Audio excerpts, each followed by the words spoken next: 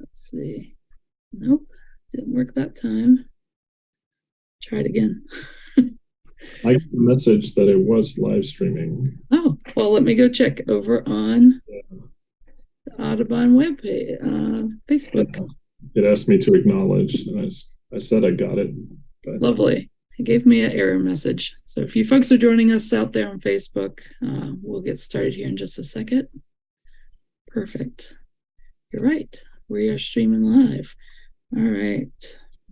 Recording in progress.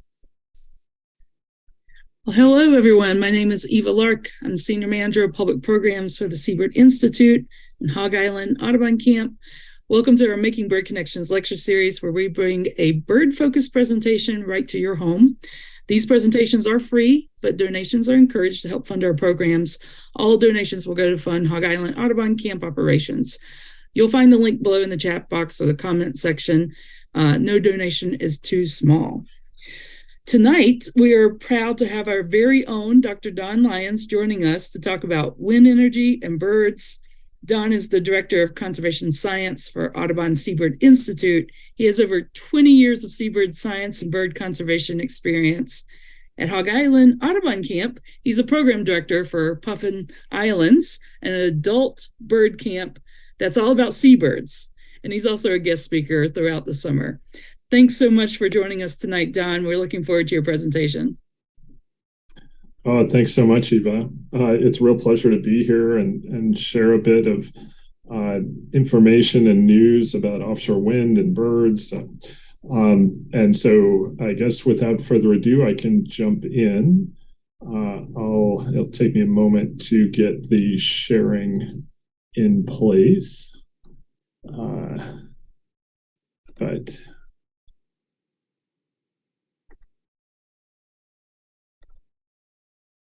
how is that looking to everyone?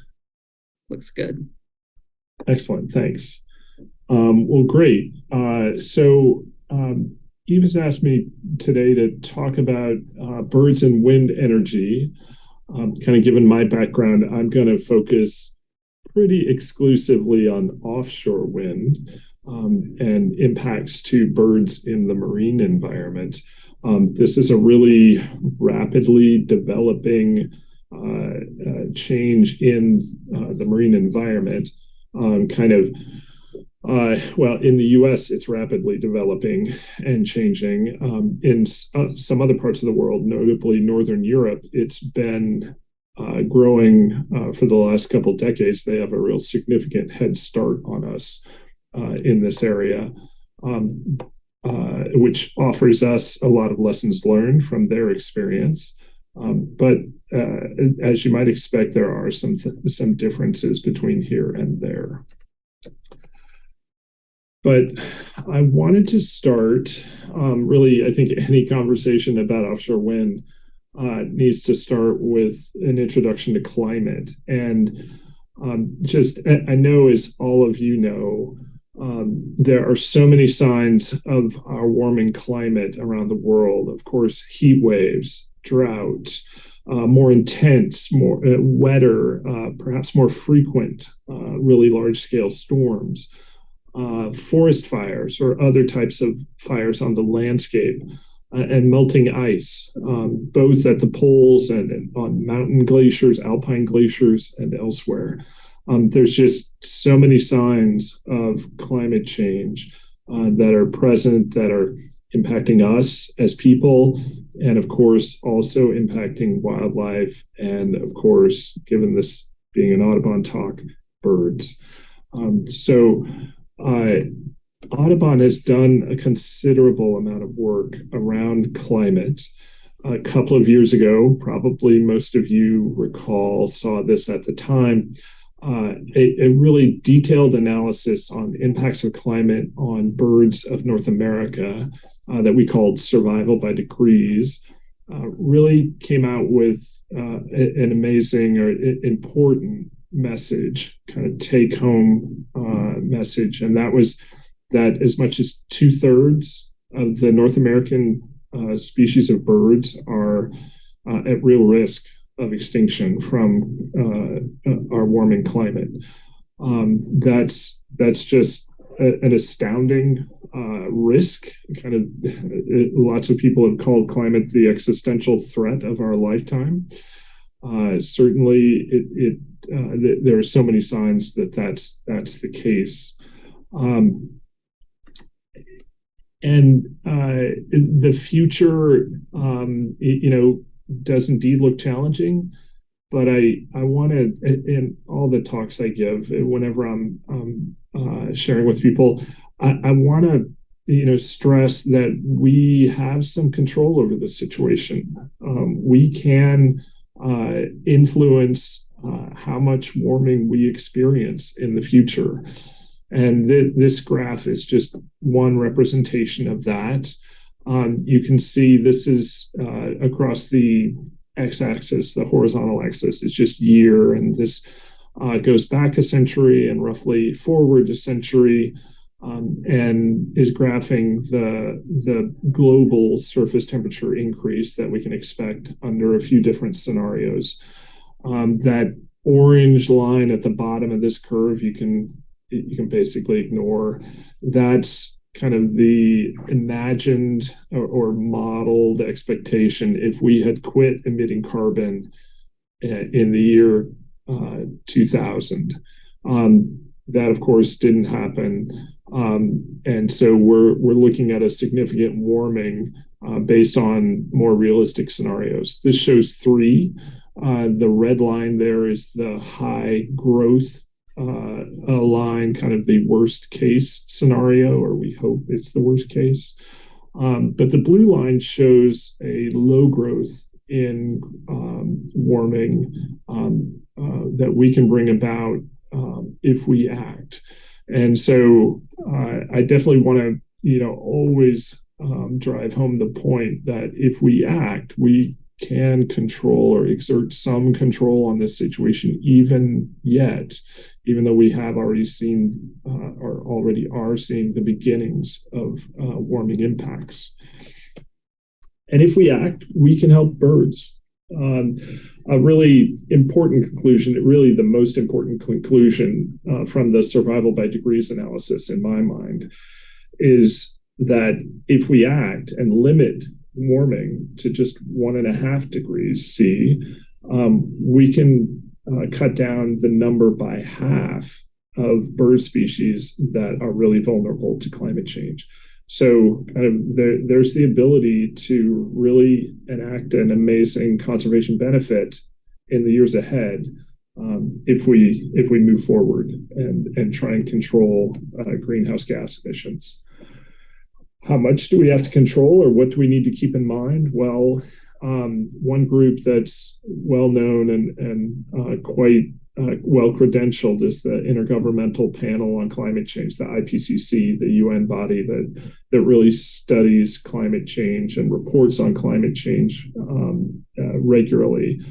And they've suggested an emissions reduction goal that would help us achieve this 1.5 degrees increase and reducing greenhouse gases, by about half by 2030, and then reaching net zero by 2050 is the goal they've suggested. That's a significant challenge. So definitely suggests that we need to get busy.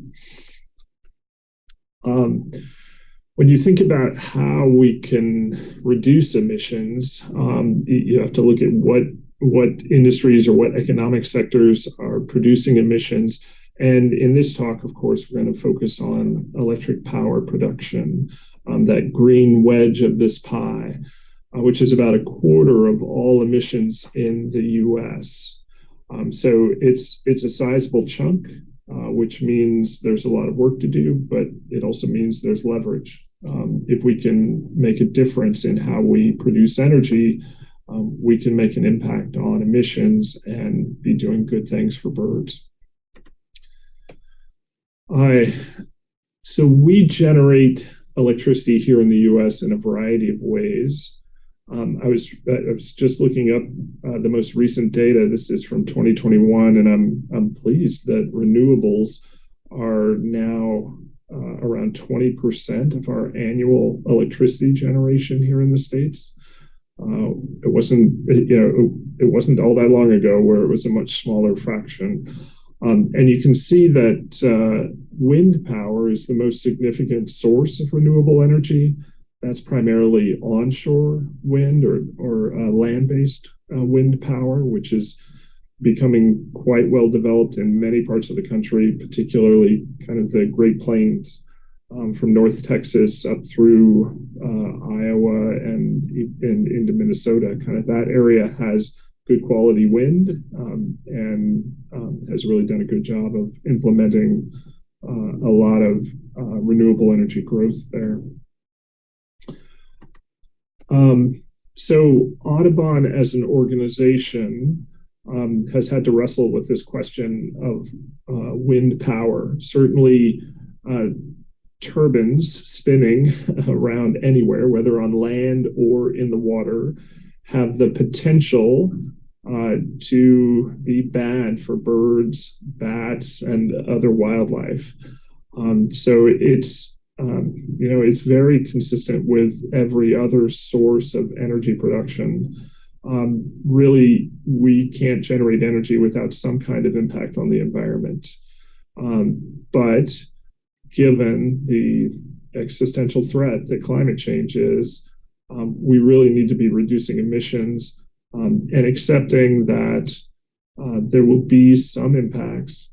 But if we're thoughtful and well prepared to implement wind power, we can minimize and mitigate effectively to keep impacts on birds quite low, and definitely achieve kind of a net benefit given how much birds are threatened by climate change.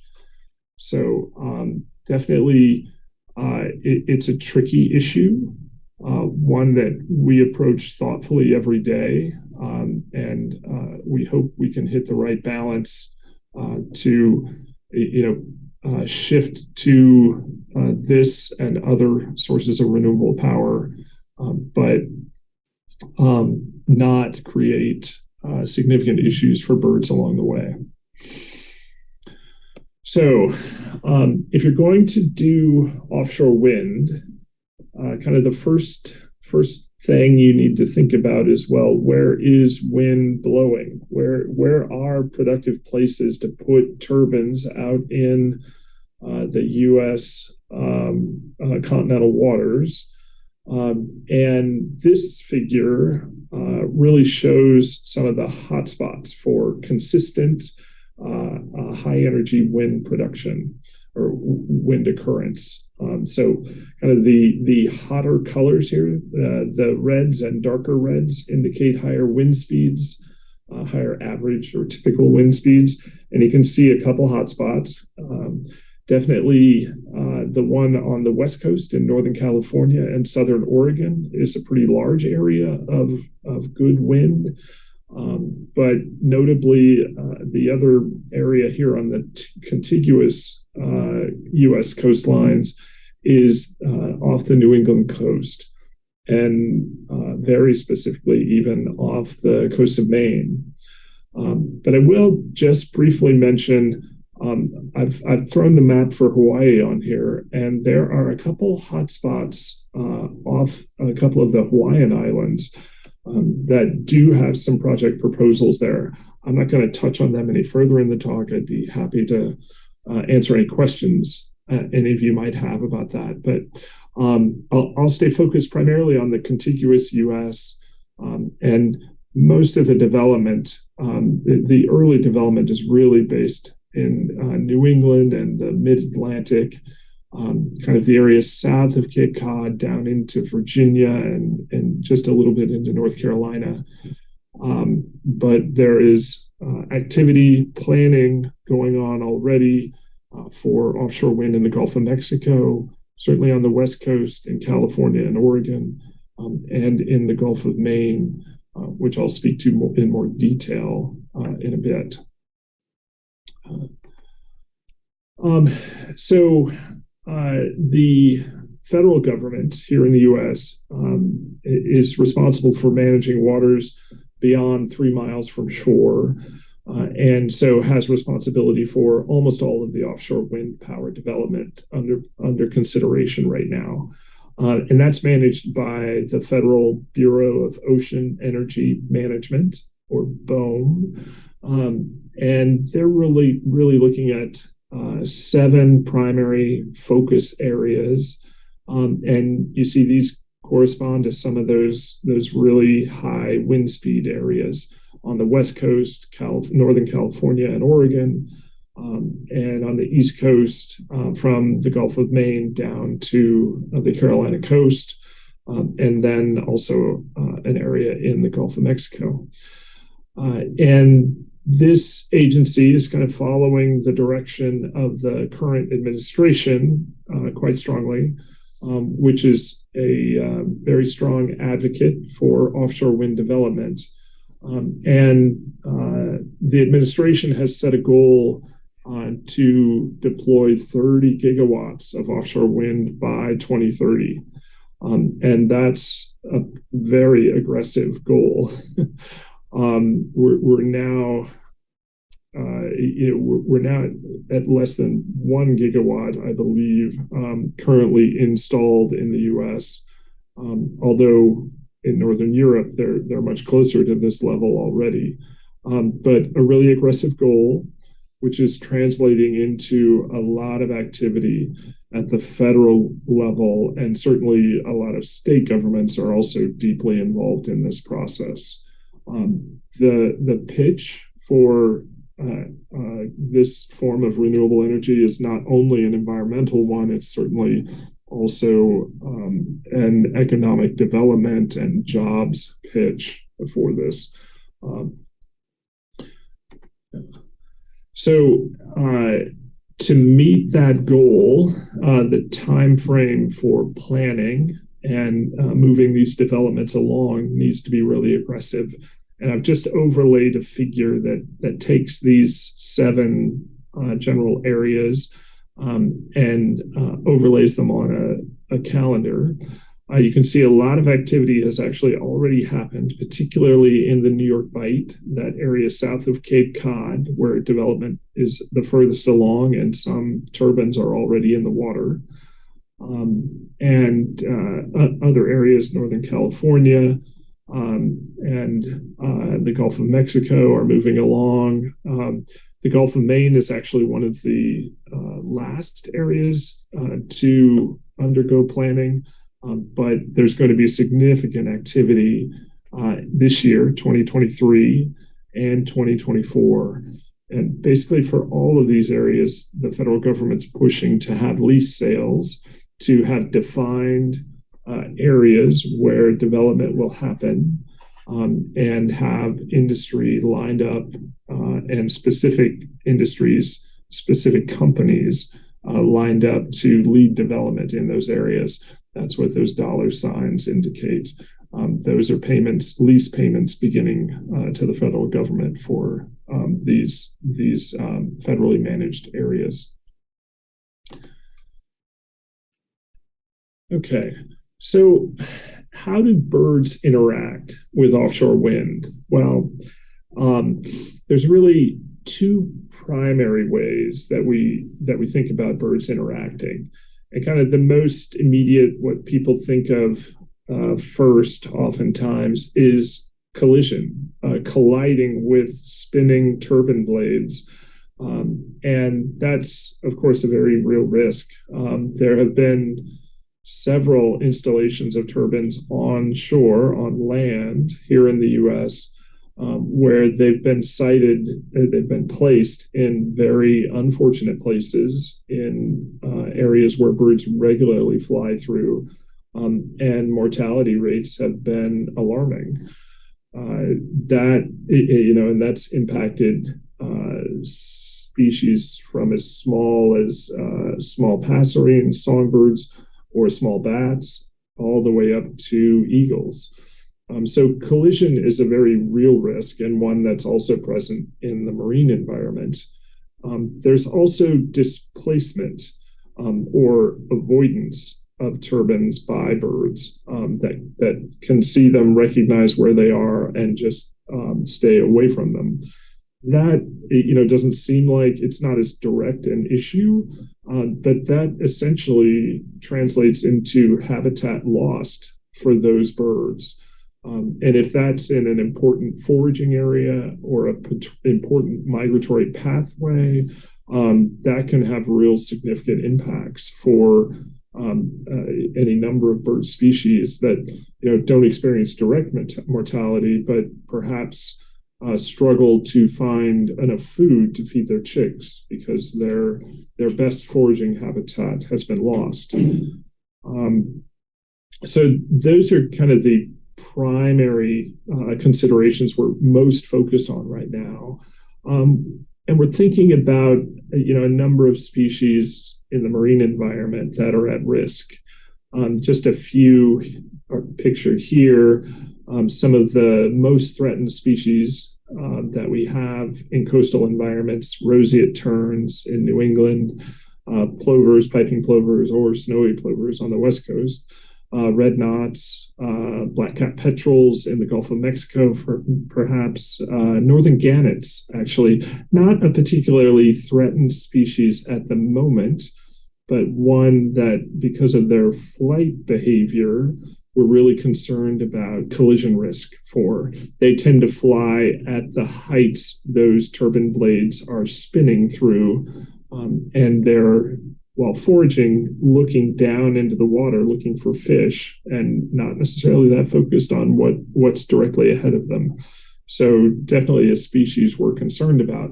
But our concerns extend to songbirds that migrate over the ocean when they're moving from their breeding grounds in the boreal forest down to the Caribbean or South America. Seabirds that nest quite far north, but winter in areas off the contiguous U.S., such as kittiwakes. So collision risk for birds really depends on their flight behavior and the turbines that they encounter. This figure just shows the evolution of turbine size over the last couple of decades. The first few turbines that went into the ocean environment were not all that big. But in recent years, industry has figured out the engineering challenges of placing larger turbines in the water. And so some of these 12 megawatt turbines on the right here are becoming more common, and there are even larger ones in the design phase, and we could end up seeing larger turbines here in the US in a few years as some of the later planned projects come online. Birds then are at risk of collision if they fly at the height through the rotor sweep zone.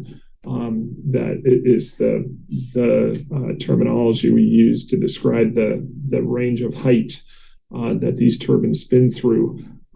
It's interesting, some species of seabirds are not at as much risk for collision as we might guess, because they fly close to the water, for example. A lot of the alcids fly very close to the water's surface and maybe safely underneath the turbines, as long as their behavior doesn't change. So this is kind of an area of ongoing research. Tracking the flight height of birds is actually very difficult with the tracking technologies we currently have. Although some new observation techniques are coming online, and we're excited to learn more about flight heights in the next few years. Of course, documenting collisions with turbines in the marine environment is pretty tricky, a lot more difficult than it is on land, where you can walk around beneath turbines and look for the carcasses of birds that were struck, or bats And there's actually a small, a specialized group of folks that use dogs to search for carcasses, and talented dogs can find even the smallest shred of a small bird or bat. And so you can really get a good idea about collision and risk to birds, and learn a lot about sighting of birds and how to manage turbines, how to operate turbines to reduce impacts. In the ocean, of course, that's much harder.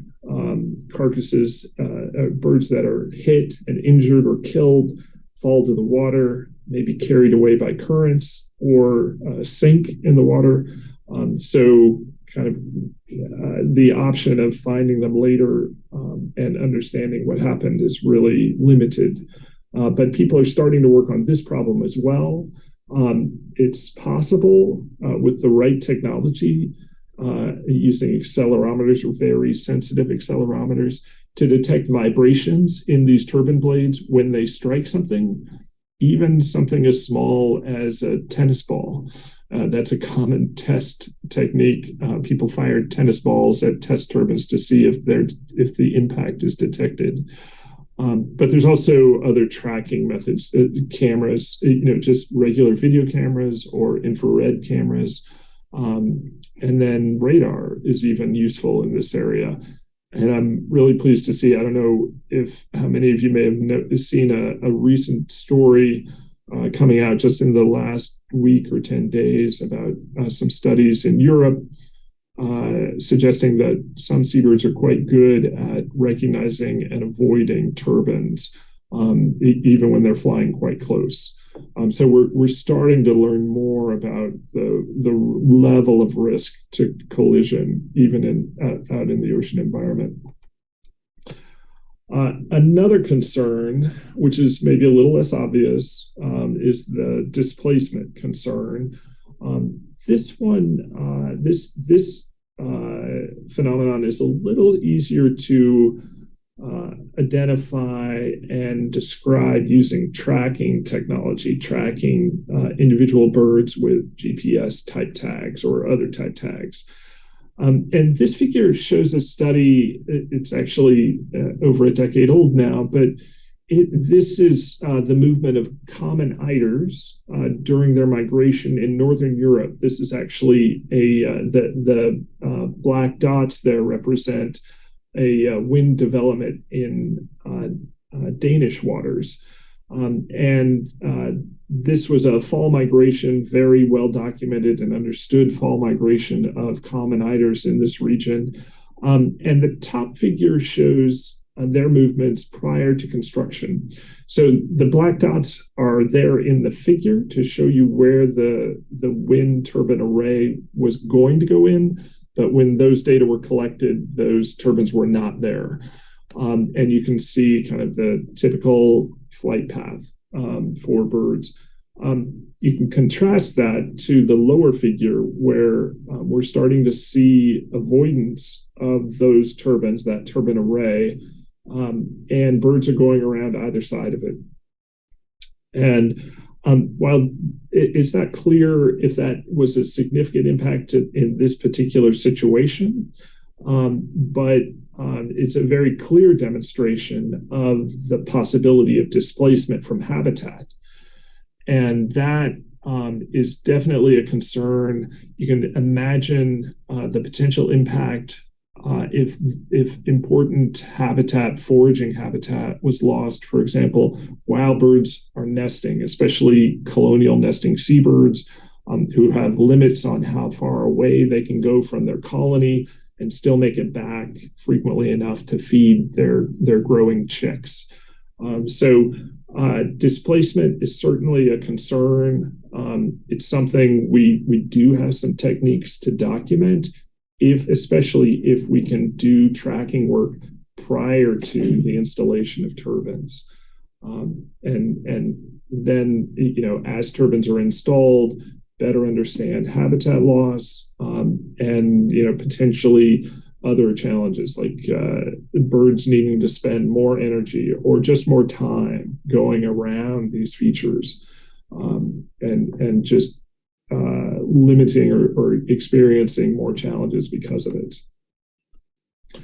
Another type of impact that is really hard to address, but is just the cumulative impact of many projects altogether.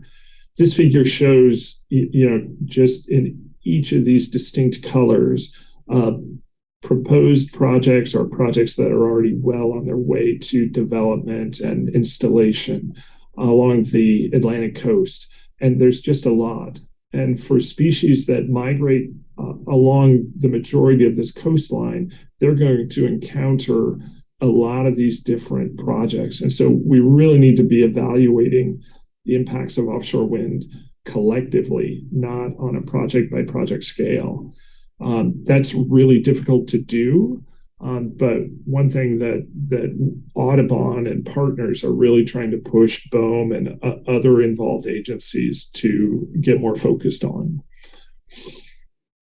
So in general, when responding to offshore or onshore wind development or proposed developments, we can take three approaches.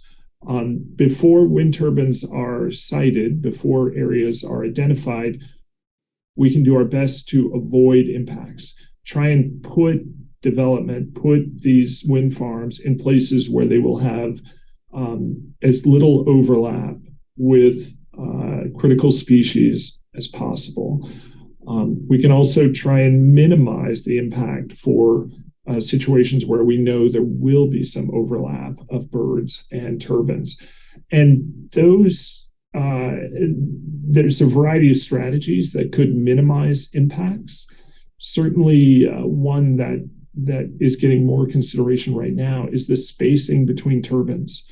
And the bird's reaction to turbines can depend a lot on just how close they are together. One isolated turbine, maybe that's 1 or 2 kilometers from the nearest turbine, may not present nearly the problem that the turbines in this picture might pose, being placed pretty close together within just a couple hundred meters of each other. So minimizing the impact through careful implementation of these turbines, installation and that. And there's also the possibility of mitigation, and that's kind of an outgrowth of minimizing effect. But actually, when we know there will be impacts, attempting to mitigate for those impacts by potentially helping birds in some other way. For seabirds, that could be enhanced protection or restoration of seabird colonies, especially in places where turbines are not going to go. So we kind of go through this hierarchy of options: avoid, minimize, and mitigate potential impacts. For much of the offshore wind currently in the planning stages, we're really focused on trying to avoid exposure as much as we can currently. So that's kind of the big picture on offshore wind. Real briefly, I want to talk about just a case study and talk about where things stand in the Gulf of Maine. That's where Audubon does a great deal of on-the-ground field work with seabirds, has had actually a 50-year investment in seabird conservation in this area. And so just a situation where we're very familiar, very intimately involved. And it's also one of those areas which has really good quality wind. So a potentially, really attractive place to put wind if we can do it, in a way that won't impact birds and other wildlife. So the Gulf of Maine is an area where climate change is really having an impact. This figure looks complicated, but the takeaway that I really want you to focus on is on that x-axis, we're just going from further back in time, about 1981, through just last year, 2022. As you move to the right here, you get more recent in time, and you see a lot more red. which is warm temperatures, warm sea surface temperatures in this case. The Gulf of Maine is one of the fastest warming bodies of water in the global ocean. And that warming is really starting to impact birds.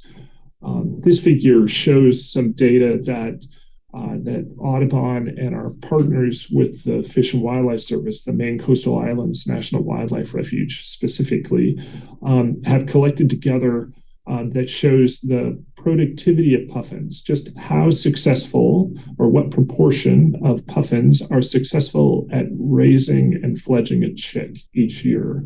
We've got a couple lines. This is data for 2 colonies in Maine, along Maine's mid-coast. And those red rectangles represent marine heat wave periods. And you can see that in each of those marine heat waves, the productivity takes a dive. It definitely declines. We're starting to see climate change and these marine heat waves really make it difficult for puffins and other species in this region to raise chicks. It's not an immediate concern, but definitely a long-term concern. So there is reason, even in the Gulf of Maine, to act to try and address climate change. I showed you this schedule earlier. I just wanted to highlight the Gulf of Maine schedule again. We're kind of at the position of that red rectangle, kind of in the middle of the Gulf of Maine bar at the bottom of this figure. And we have some rapidly developing steps, both yet this year in 2023 and in 2024, BOEM will move forward to better define wind energy areas. And in 2024, they hope to lease out initial areas for development. But we're not quite there yet. The area under consideration is quite large, but there's time to influence the process to hopefully avoid the worst case scenarios. This figure shows the current draft call area, which is the terminology BOEM uses, in green. That's the area still under consideration for potential development. It's much bigger than what will ultimately have development, but basically BOEM starts considering everywhere and then whittles that area down in successive steps. This is there are some good things that BOEM has already done. They have eliminated from consideration most coastal areas, which is great. But I want to draw your attention to one area along Maine's mid-coast. If you can see my mouse, there are areas here. This black line is actually the 3-mile line. It marks state-regulated waters, the boundary between state and federal administered waters. And that sticks out into the Gulf of Maine because there are islands there. And those islands are seabird nesting islands. Actually, perhaps the most significant seabird nesting islands in Maine, certainly ones that have very significant colonies of Atlantic puffins, Arctic terns, and Leach's storm petrels, some of the species we're most concerned about. And we've been working hard to collect data to inform this siting process. These data for Atlantic puffins from one of those islands, Matinicus Rock, and you can see the puffin locations where they've been tracked in purple, those purple dots. And you can see there's a lot of overlap between where puffins are foraging and the current draft call area, this kind of tan yellow colored area. It's similar for some of the terns that nest in these areas. This map shows tracking data for both common and Arctic terns. And you can see significant overlap of particularly foraging areas of Arctic terns, the blue dots in this figure, but also some of common terns, that kind of the orange-brown dots. And I want to give credit for the data you're looking at to a couple of Oregon State University graduate students that I'm fortunate enough to work with. Keenan Yakola and Will Kennerly have done some amazing work to collect these data and really inform our offshore wind conversations. The tracking of terns extends even beyond the breeding season. Common terns often leave their nesting islands in Maine and hang out for weeks on Cape Cod. And we're getting data that also shows where they're going and can potentially tell us where they're foraging around Cape Cod to see if they potentially might overlap with some of the further along offshore wind developments south of the Cape. And one more species I wanted to touch on real briefly was a lesser known species, Leach's storm petrel. These are pretty pelagic birds. You've got to be a ways offshore to see them, but they nest on islands in Maine, and they are amazing birds. I think of them as mini albatross. They're in the same order as albatross. They're tube noses. But they're much smaller, about the size of a robin. But they take multi-day trips and travel hundreds, if not over 1,000 miles on some of these trips. And they cover the Gulf of Maine. There is not a corner of the Gulf of Maine they do not use.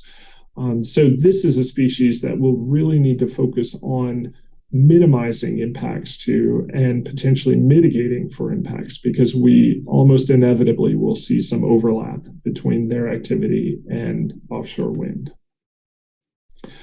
So to wrap up, I just wanted to bring us back to kind of where we are in the offshore wind process with the federal agency BOEM. And for most of our projects, we're still on the left side of this figure. We're still identifying wind energy areas, and those areas are getting their initial leasing. There's a lot more work to be done, a lot more opportunity to influence the process in good ways. So stay tuned.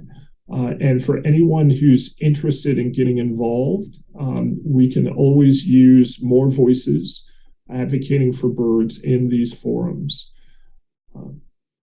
And I think with that, I'll turn it back to you, Eva, for our next speaker. And I will stop sharing. Thanks so much, Don. Yeah. Really appreciate that. Folks, if you have questions for Don, I see some already in our chat or in the comment section. Please keep putting those in there. After our next mini presentation, we'll open up a Q&A for both of our speakers. All right. So with that, we'll introduce our next speaker. Our Audubon Bird Connection presentation tonight will be with Julie Hill-Gabriel. Julie coordinates Natural Audubon's water strategy, which is a key conservation element of Audubon's strategic plan. It includes a focus on climate change, coastal conservation, working lands, and bird-friendly communities. Julie coordinates a team of science and policy staff across the U.S. Thank you so much, Julie, for joining us tonight and providing more insight about the work that Audubon is doing. Thank you so much, Eva, and for everyone for joining us today.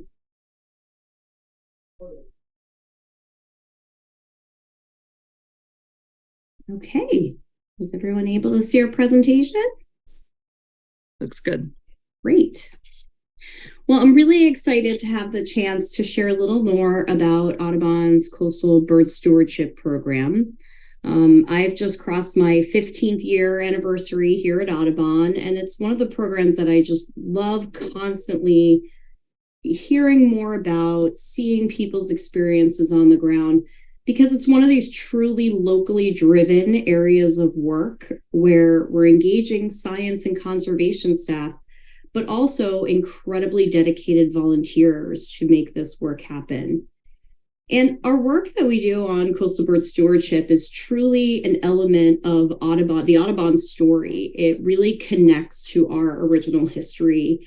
Many people here today, or maybe most people, know, of course, that the Audubon societies were formed after outrage around the decrease of bird populations because they were being utilized for women's hats when this was really fashionable in the late 1800s and early 1900s.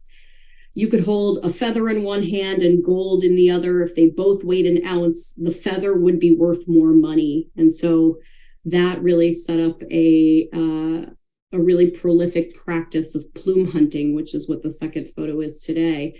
And as a result of utilizing birds for these feathers for fashion, we saw dramatic decreases. When the Audubon societies were formed and drove into action, we were able to have outcomes like establishing the Migratory Bird Treaty Act, many of the other conservation and restoration programs that are here today. And that's the type of work that's happening that's really hands-on, benefiting vulnerable birds. It's part of the DNA of Audubon societies.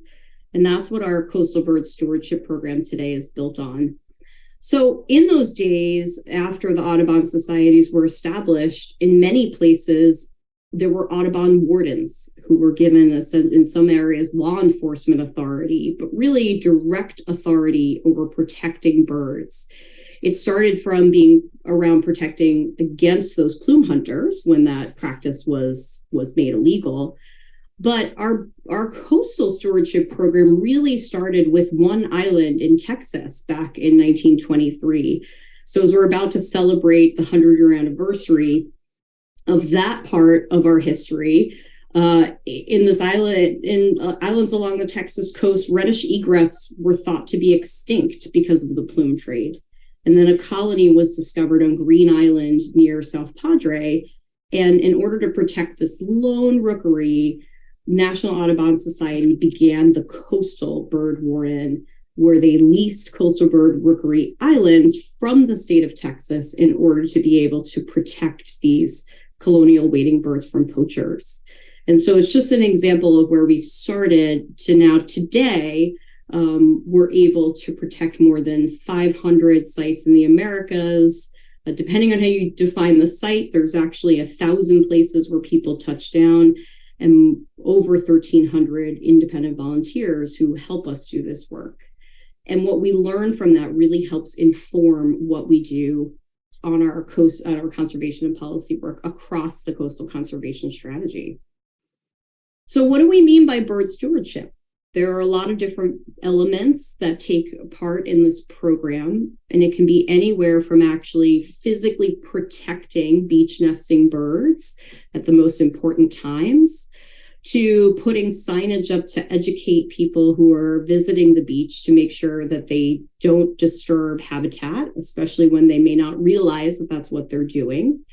And all the way to working with local officials to help provide more protective measures, help them really facilitate additional education opportunities, and then, of course, working with partners.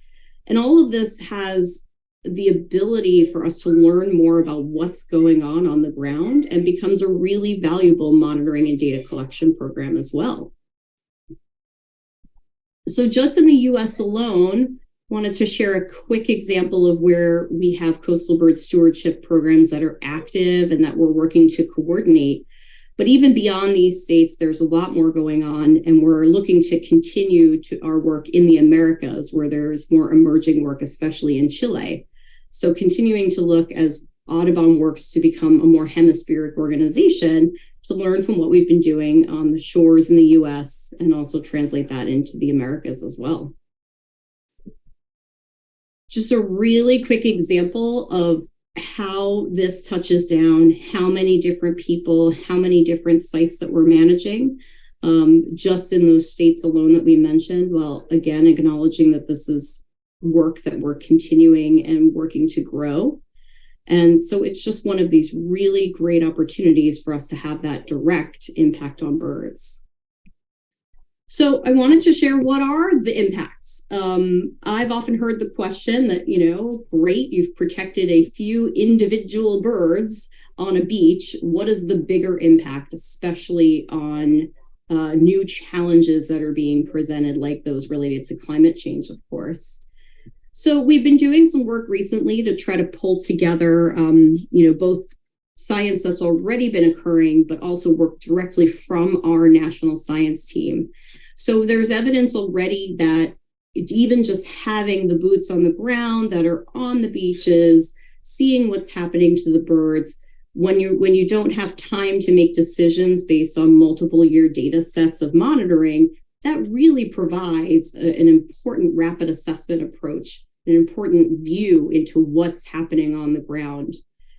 And while we acknowledge that there can be a benefit on reproduction, we want it to be partnered with other activities where there are other human disturbances, and learning how to continue to pair the stewardship activities with things like regulatory efforts that can happen from local governments.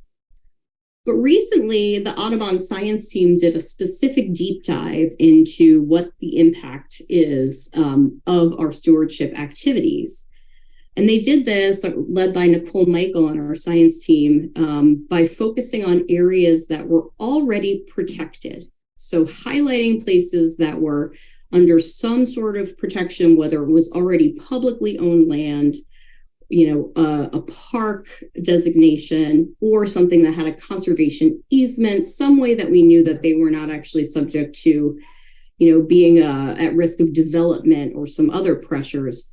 And even on land that was already in some kind of legal protection, stewardship activities demonstrated that between 2 and 32 times faster the populations of species were able to grow.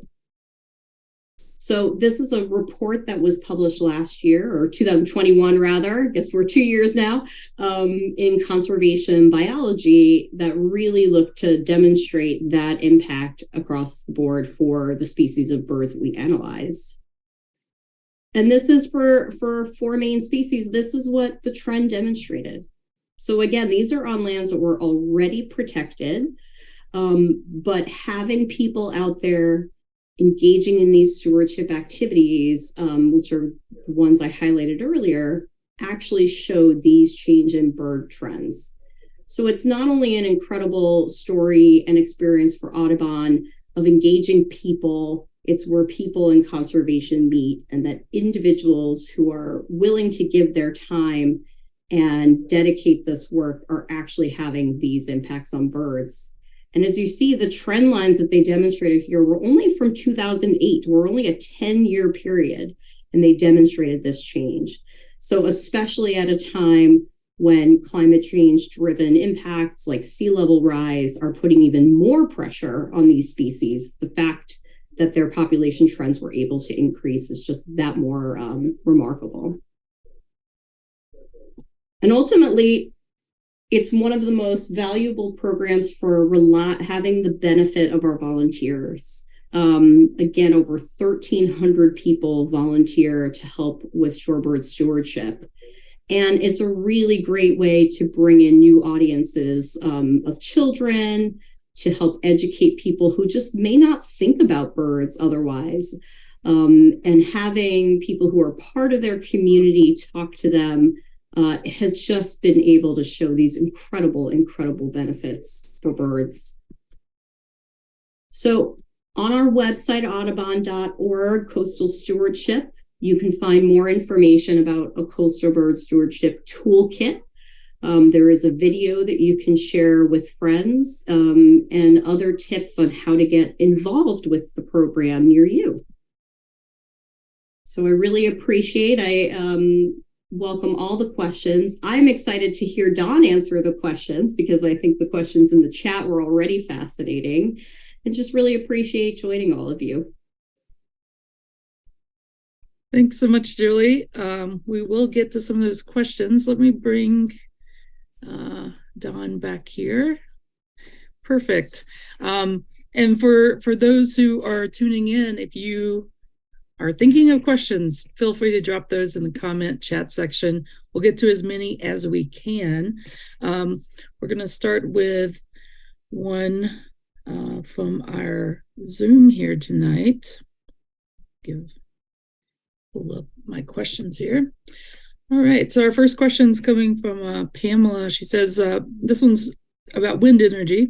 The places with most possibility for development seem relatively far from population centers based on the map you showed, Don. Considering the impact of wind turbines, why would these areas bear the impact but maybe not benefit directly from the energy consumption? Yeah, thanks for that question, Pamela. Before I address that, I just had a chance to read through the attendee list of folks here on Zoom, and I just wanted to give a shout out. Much of the data that I just presented was made possible. The collection of it was made possible by a bunch of folks that are on the line today, and we're really grateful for that. And I just hope everyone sees how much of a difference that is making. I'm not going to call anybody out by name for fear of missing somebody important, but I really do appreciate everybody joining and the support that so many have provided to make some of this work really possible. But getting to the question, so it is true that a lot of offshore wind, some of the best places in terms of wind and that are far away from population centers. It's not always true. Kind of the earliest development that's happening here in the U.S. is in the area south of Cape Cod, stretching around New York City and New Jersey, and that was first developed. It's not actually the best wind. Better wind is available to the north in the Gulf of Maine, but that's obviously very close to a lot of people. So that power can directly plug into the grid and benefit key places. But I want to point out that offshore wind does offer a lot of economic development to coastal communities. That's a particular interest in Maine, for example. I know in the states of the Gulf of Maine, where there's a lot of infrastructure needs in the ports where these turbines are assembled and then floated out to ocean environments.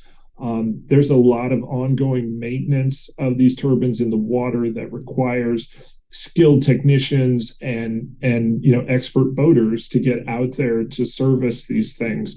So there's a lot of benefit locally to this type of energy production. A lot of those jobs that the administration is pointing to are in the construction phase and well beyond. So I think, and hopefully there are there really are efforts within the administration at various state levels, and it's certainly an interest of ours, Audubon's, that the benefits from these programs are equitably distributed. That the companies that put these turbines in, the workers that are maintaining them come from local communities that are representative of the diverse areas along the coast where these will go in. So even though some of the power may be generated a ways away from customers, there's going to be significant benefit to this effort in the local areas. Great. We have a question coming from Facebook. It's you mentioned an article earlier, Don, I think coming from the UK or Europe, about seabirds and wind maybe not having as big of an impact. Are global seabird researchers sharing info about wind turbines offshore? Is that a conversation that's happening? Yeah, that's a great question. Thank you. And so I'm regularly in conversations with seabird scientists from Europe, even from Asia, where developments haven't gone in yet, but are planned. And so we kind of the community of seabird scientists are really trying to draw heavily from the experience in Europe. There are some important differences. The mix of species is a little bit different. For example, in Maine, we're really looking at the first major exposure of species like leeches, storm petrels, actually any Procellariiformes, any tube nose to offshore wind. And that just hasn't happened much. There hasn't been much overlap between wind development and that species group in Europe yet, really anywhere in the world yet.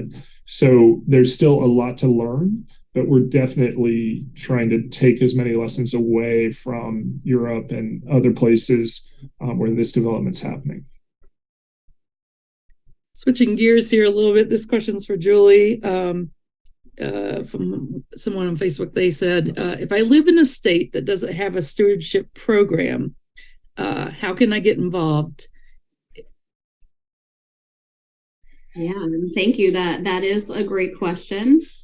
We always encourage people who are interested in stewardship programs first reach out to their local chapter, understanding that they also may not necessarily have one, but it's always a great place where, again, so much of this work has emerged from the local communities, just like the Seabird Institute as well. And so we love to have that connectivity if there's interest there, to see if there's chapter interest. And then we can certainly reach out to myself or our coastal team looking for future updates. But back on the website, that Coastal Bird Stewardship Toolkit is often a first place to start, identifying ways that you can really just start the work in a lot of ways, because it is sort of education on the ground. When you're out at the beach, you can engage on some of these activities, but we're here to make sure that people can do it safely and provide tools that they may need. Great. And we did drop a link to the Coastal Stewardship website down in the chat comment section. Our next question is for you, Don. It's about, can these turbines be turned off when there are large numbers of migrating birds?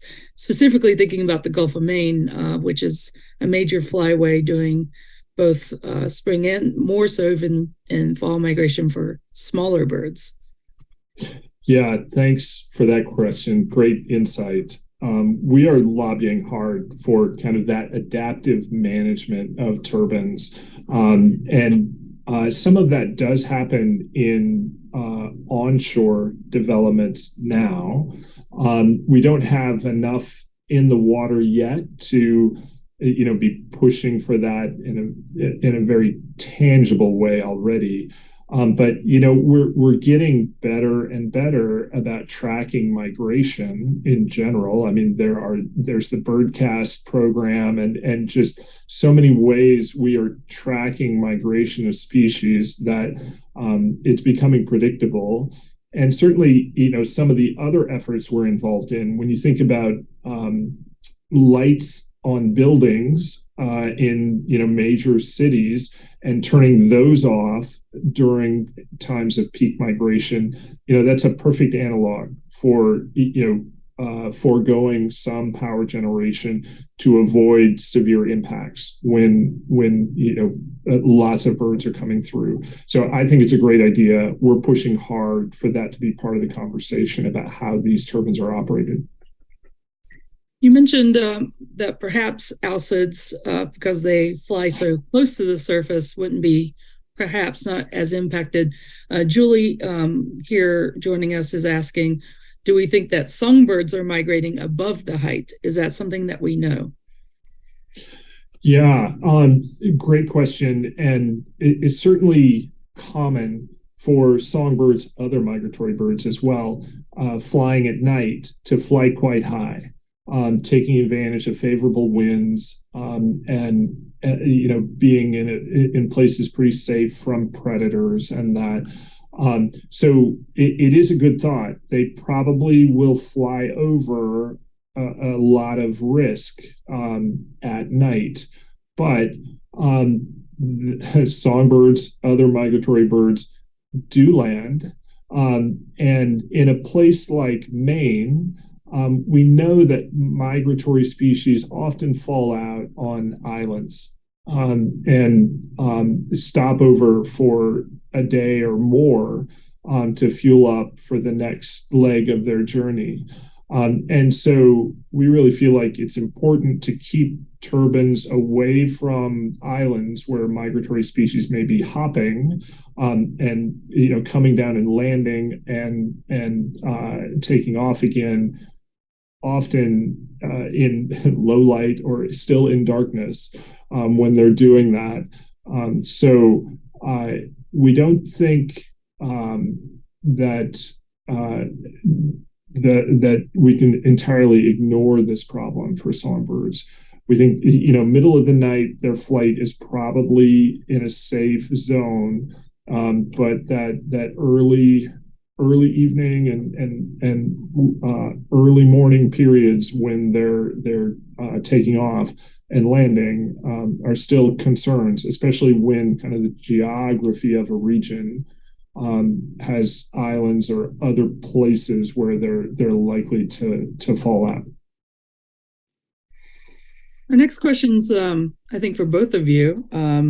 What can folks do that are tuning into this presentation to help birds have a voice in these kind of big decision making? Obviously, Audubon is lobbying, using the research and science that we have on hand. But what can people at home do to make sure that that this is being heard? Yeah, Julie, do you want to start or should I? I can just say that, especially in the offshore wind issues, I can share that we actually just got out of an early strategy meeting discussion today from Audubon, where everyone's thinking about so many decisions that are going to begin coming down. So how do we make sure that we're engaging membership and folks who are interested like you all? So I really appreciate the question. When those decisions start happening, and the importance of having both local voices, but also people who are weighing in with the Biden administration when they're making decisions. If we feel like there are congressional issues that come on the table, we're certainly going to be making an effort to have action alerts and things like that. So the easiest, of course, first answer is to make sure that you're signed up for all of Audubon communications, where those action opportunities will be identified and highlighted for people. Yeah, I'll just add, at the project level, the kind of offshore wind project level, there's an extensive public process. And so if you have the time to stay on top of, say, a development or proposed development near you, and there will be opportunities to comment. Audubon comments on pretty much every project that happens. We have some amazing staff that are just incredible at staying on top of these things. There's just so much happening so quickly. But if there's a local development in your area, it'd be great to stay on top of that and comment, and we can certainly help. Help you find resources to become better educated on a given project, and also kind of the process when opportunities to make comments arise. So definitely feel free to reach out to us, and let us help you get involved. Great, thanks. Some folks have asked about this presentation. It will be shared on our Hog Island website. If you go to the Making Bird Connections web page, it'll be up tomorrow, so you can share that with folks who maybe couldn't tune in live tonight. I'd like to close with a final question for the two of you about what is making you hopeful around this conversation with wind energy and renewables in general.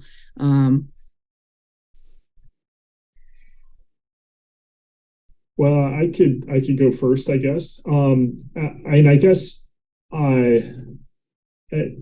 renewable energy is the right direction to go in, and so I'm excited that we're moving towards a better energy supply that will mitigate, reduce the impacts of climate change, which is the really big problem that we're facing, that birds are facing. But I think we have the opportunity to make a difference. I think, we have the opportunity to bend that curve on how fast warming is happening. And I think we have, a history of making a difference, for birds generally, for seabirds specifically. So I think we can do this together. I think we need all of us chipping in our various ways. But I'm hopeful that there is time to make a difference. And so that's what gets me up in the morning. The only thing I could add to that excellent answer is that I think the fact that this is happening and we're engaging in these activities at a time when we have science and technology that can help drive us to site renewables in the right places, understand the impacts that are happening to birds, and be part of that information that can guide the efforts. I think that really just gives us an opportunity to be a little more eyes wide open about what can happen and what we need to be more cautious around. And I think that's just a really exciting time for us to be able to have these conversations, and the continued evolution all the time of what tools we have to be, part of the decision-making process is critically important, and continuing to become more sophisticated. I said that was the last question, but I have one more that came in that I think that I would like Don to answer. You mentioned researchers that are that provide the information that you had in your presentation tonight. Some folks are wondering what kind of, where are we pushing our research this summer, specifically with the Seabird Institute? Are there things that we are going to try to learn more about? Are there some different programs or projects going on? Yeah, thanks. That's a great question, a fun question. So we've collected, an important amount of data, and most of what I showed, actually all of what I showed, I think tonight, was collected just last summer. The graduate students that have been involved in this really had fantastic seasons, and all of the support staff, the Audubon staff, all of the seasonal biologists that we hire that work out on Seabird Islands, just committed so much to that effort. We have 1 year of data is great. Conditions change year to year. So we definitely need to conduct similar types of tests in multiple years to understand how much what birds do varies from 1 year to the next. We also need, a lot of the data I shared was for birds during the period they're raising chicks. And that's a critical period, so really important, but it's only a small part of their year. And so understanding their behavior, their movements at other times of year is really critical. I showed just a little bit of data for after the breeding season when some birds went down to Cape Cod, some common terns did. We need to get a lot more of that kind of data, both after the breeding season, during the winter, and early in the season when they're making their way back to their nesting grounds. For birds in Maine, we're worried that they're coming up the Atlantic coast and getting exposed to all of these projects that are going in. So we're really hopeful to better characterize their migration and better understand the risk that they're facing from kind of all of these cumulative projects. Great. Thanks so much for taking that last one. And thank you, Julie, for being here tonight. And Don, as always, great to have you here talking about birds and seabirds. And for those who are tuning in live, thank you for joining us and for staying around to ask some great questions. We will have our next Making Bird Connections lecture in 2 weeks on March 23rd at 7:30 p.m. We'll be discussing Audubon live bird cameras, which are both on one of our research islands and at Hog Island Audubon Camp. And we'll have a mini presentation about our Audubon decoy program. So you can learn more at our website, hogisland.audubon.org. We hope that you join us, and thank everybody for tuning in. Thanks, everyone, and definitely catch that presentation in 2 weeks. It'll be a fun one. Yeah. Recording stopped. Thanks so much, everyone. Good night. All right. Thank you. Thanks, Don. I turned off all the live things. And for those who are sticking around, I'm going to just make sure if you have any questions that we didn't get to, I'll try to pull those and we'll try to get them answered on our Facebook page at least. But thanks, Don, so much. Yeah, very nice, engaged crowd. Always fun. Yeah, great questions. All right, everyone. Hope to see you all in 2 weeks. Thanks so much. This presentation will be up at least by the end of day tomorrow on our Making Bird Connections website if you want to share that with anyone. Have a good night.